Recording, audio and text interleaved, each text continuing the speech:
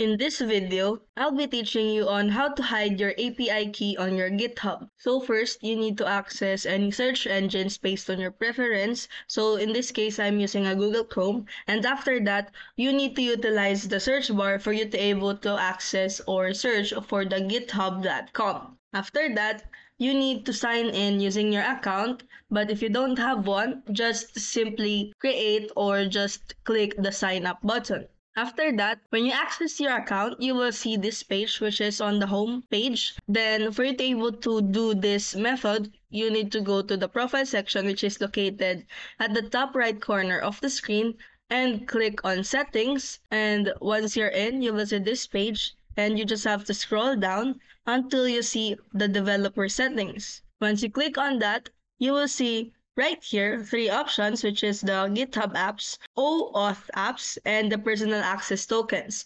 You just have to click on the personal access tokens and on the token classic. Now, you just have to click the generate new token for you to be able to access your API key. And then for you to be able to hide it, you just have to put it or store it in a repository based on your preference and make it private. And if you find this video helpful, don't forget to smash that like button and subscribe so you never miss a new video.